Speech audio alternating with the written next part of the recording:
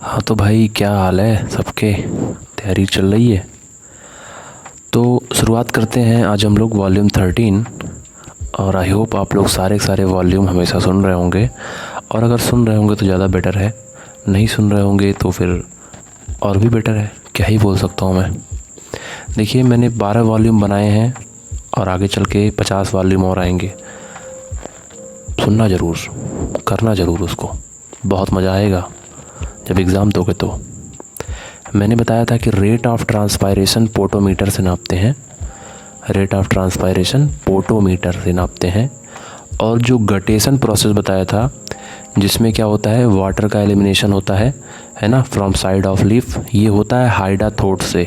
जिस plant part से होता है, जो एरिया होता है, उसको हम लोग कहते हैं हाइडाथोट्स। ठीक है, याद रखना। अब जो रूट प्रेशर होता है, याद रखना, root pressure is due to active absorption, या ट्रांसपोर्ट भी कह सकते हो। मतलब रूट प्रेशर जो जनरेट होता है वो एक्टिव ट्रांसपोर्ट की वजह से जनरेट होता है, और कोई रीज़न उसके पीछे नहीं होता है। इम्बिबिशन एक सरफेस फेनामेना होता है। दूसरी बात, जो डीपीडी होता है, यानी कि diffusion pressure deficiency is equal to होता है osmotic pressure minus turgor pressure. किसी भी सेल के अंदर अगर पानी ज़्यादा जाएगा तो उसकी टर्जिडिटी बढ़ जाती है, और जितना ज़्यादा टर्जिडिटी मतलब उतना ज़्यादा वॉल प्रेशर। इस तरीके से हम लोग मेज़र करते हैं। और कभी कभी बहुत ज़्यादा टर्जिडिटी होती है तो ऐसे सेल फट जाते हैं।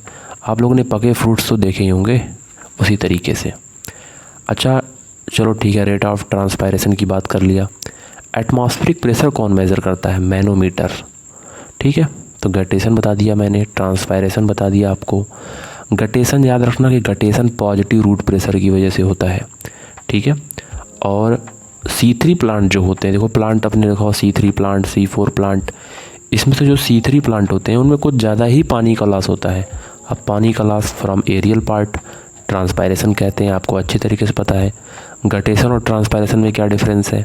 गटेशन में भी पानी का लॉस होता है, ट्रांसपायरेशन में भी पानी का लॉस होता है।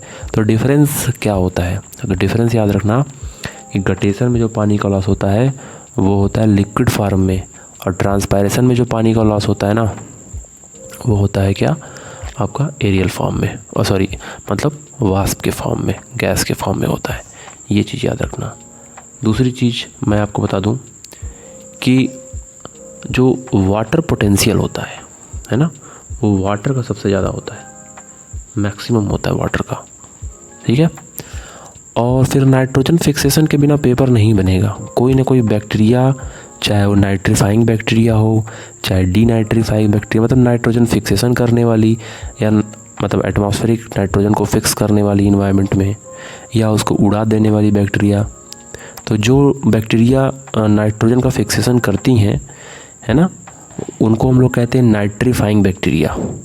और 3 नाइट्रीफाइंग बैक्टीरिया का नाम आप ज़रूर याद रखना। पहला है नाइट्रोसोमोनास, दूसरा है नाइट्रोकॉकस, और तीसरा है नाइट्रोबैक्टर। Nitrosomonas, नाइट्रोकॉकस, Nitrobacter. ठीक है, एक बार फिर से प्रीवियस करके 10 सेकंड यूट्यूब पे आप कर सकते हो, देख सकते हो। नाइट्रोसोमोनास, नाइट्रोकॉकस, नाइट्रोबैक्टर, ये होते हैं। और सारे के सारे बैक्टीरिया जो होते हैं वो होते हैं कीमो ऑटोट्रॉप्स। क्या होते हैं? कीमो ऑटोट्रॉप्स, मतलब केमिकल एनर्जी को ऑक्सीडाइज करके अपना खाना बना लेते हैं। ठीक है, तो नाइट्रोजन का फिक्सेशन हो जाता है सॉइल में, और जब नाइट्रोजन मतलब जो है सॉइल में फिक्स हो जाता है, नाइट्रेट जो होता है वो सॉइल में फिक्स हो जाता है, फिर वापस कुछ ऐसे बैक्टीरिया होते हैं लतखोर टाइप के, जो कि इसको फिर से एटमॉस्फेयर में मिला देते हैं, फिर से उसको N2 में, यानी कि एटमॉस्फेरिक नाइट्रोजन में मिला देते हैं। ऐसे लतखोर बैक्टीरिया को हम लोग कहते हैं क्या है? Denitrifying bacteria. इस प्रोसेस को क्या कह दोगे? डीनाइट्रिफिकेशन। और डीनाइट्रिफिकेशन 2 बैक्टीरिया करते हैं, सुन लेना, आएगा, पक्का आएगा। डीनाइट्रिफिकेशन 2 बैक्टीरिया जो करते हैं वो होते हैं स्यूडोमोनास और थायोबैसिलस। ये 2 बैक्टीरिया जो होते हैं वो डीनाइट्रीफाइंग बैक्टीरिया होते हैं। ठीक है, अब जो एक एंजाइम बहुत इंपॉर्टेंट है यहाँ पे, वो है नाइट्रोजिनेस एंजाइम।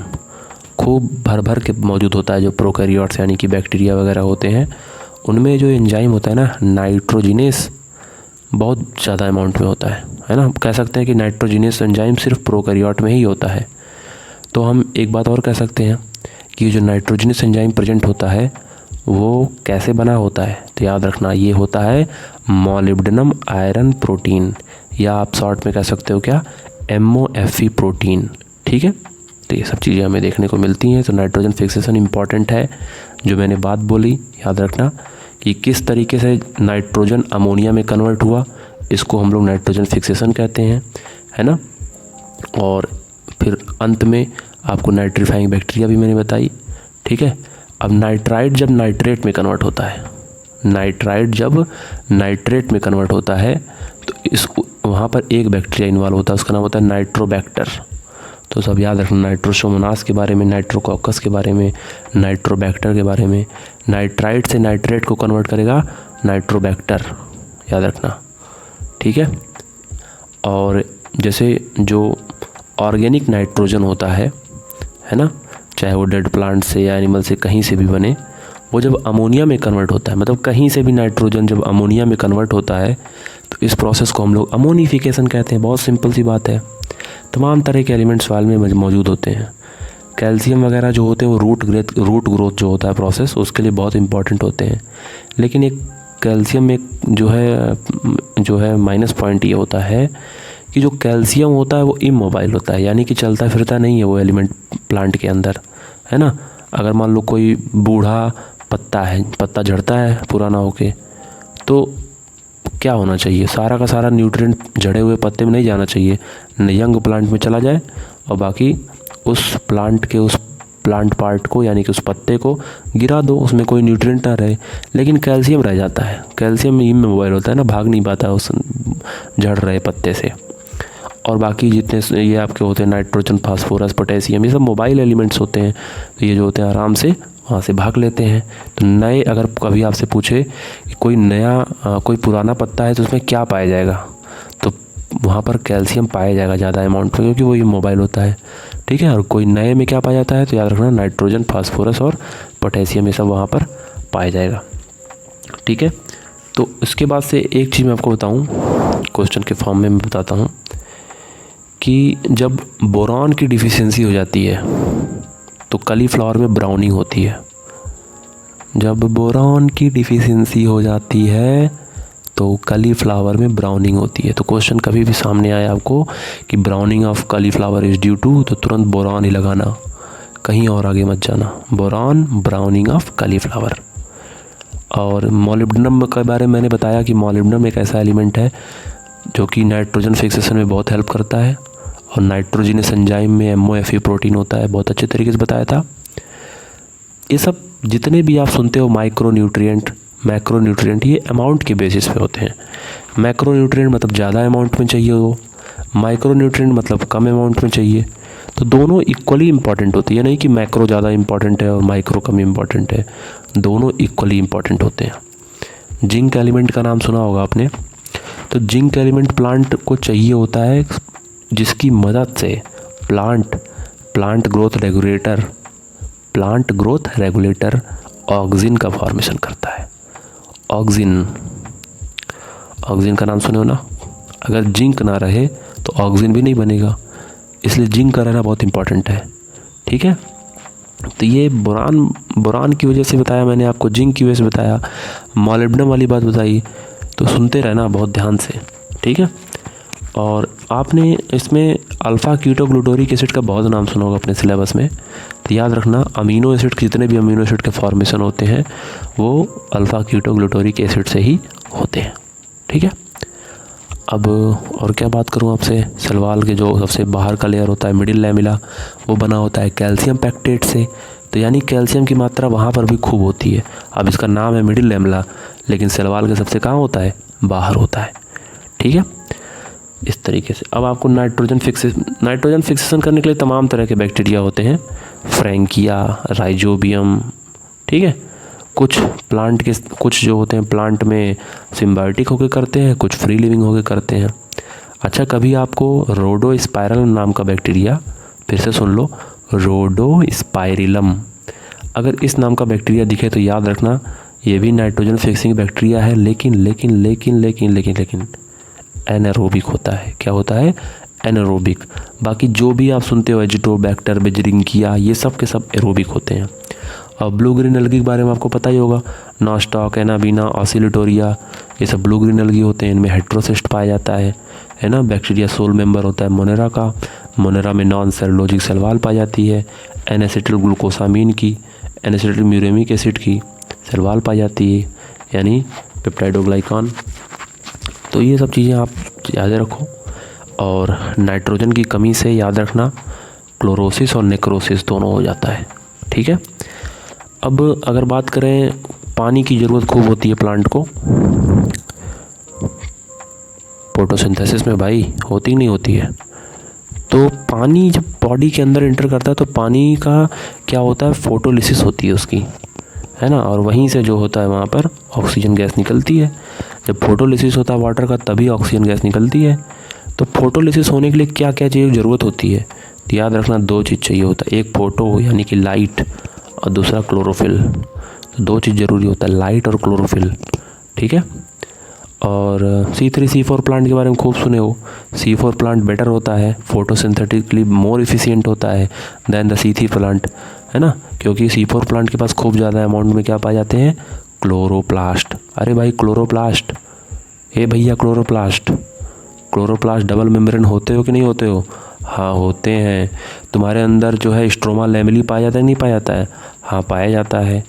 तुम्हारे इनर फोल्डिंग ऑफ मेम्ब्रेन को थाइलाकॉइड कहते हैं? हाँ कहते हैं। तुम्हारे अंदर स्टार्च ग्रेन्यूल पाया जाता है? हाँ पाया जाता है। अच्छा, तुम्हारे एक स्टैक ऑफ थाइलाकॉइड को ग्रेना कहते हैं? हाँ भैया कहते हैं। तुम्हारे ग्रेना के अंदर जो पिगमेंट होता है उसको, उसमें क्लोरोफिल प्रेजेंट होता है ल्यूमेन में? हाँ भैया प्रेजेंट होता है। अच्छा, जो स्ट्रोमा होता है वो क्लोरोप्लास्ट के अंदर का मैट्रिक्स होता है? हाँ होता है। तुम्हारा अपना राइबोसोम होता है? हाँ होता है। तुम्हारा अपना DNA होता है? हाँ होता है। बहुत बोल लिया। 70% ग्लोबल कार्बन, 70% ग्लोबल कार्बन जो है हमारे समुद्रों में है, 70%। ठीक है। और एक प्लांट का नाम आपने सुना होगा, CAM plant, crassulacean acid metabolic plants. इनकी फैमिली क्या होती है, क्रैसिलुसेशी, जो कि दिन में भी अपने स्टोमेटा को क्लोज किए रखते हैं। और जब ये फोटोलिसिस जो भी बता रहा था, जब ये होता है ना, तो याद रखना 4 इलेक्ट्रॉन और 4 प्रोटॉन निकलते हैं। जब वाटर मॉलिक्यूल टूटता है तो 4 इलेक्ट्रॉन और 4 प्रोटॉन निकलते हैं। ठीक है। इसी तरीके से एक C3 साइकिल आता है जिसको कैल्विन साइकिल कहते हैं। इसमें 3 स्टेज होते हैं। पहला स्टेज होता है कार्बोक्सिलेशन, दूसरा स्टेज होता है रिडक्शन, और तीसरा होता है रीजनरेशन। ठीक है। तो इस तरीके से यहाँ पे स्टेप हमें देखने को मिलते हैं। और फंजाई में जो सलवाल होती है वो किसकी होती है, कोई बताएगा? क्या बताओगे तुम लोग? ठीक है, मत बताओ। काइटिन की होती है, पॉलीसेकेराइड की होती है। ठीक है। क्लोरोफिल जो होता है ABC जानते ही हो, है ना। तो क्लोरोफिल में जो मुख्यतः एलिमेंट होते हैं वो कौन कौन से होते हैं, कार्बन, हाइड्रोजन, ऑक्सीजन, नाइट्रोजन यानी कि कौन, CHON और मैग्नीशियम। ठीक है। और याद रखना the number of chlorophyll molecule, अगर कोई पूछे इन क्वांटाजोम जो होता है उसमें अगर कोई पूछे आपसे कितने क्लोरोफिल मॉलिक्यूल पाए जाते हैं, तो बोल देना एवरेज 230 होते हैं। ठीक है। कितने होते हैं? एवरेज 230 होते हैं। Good night.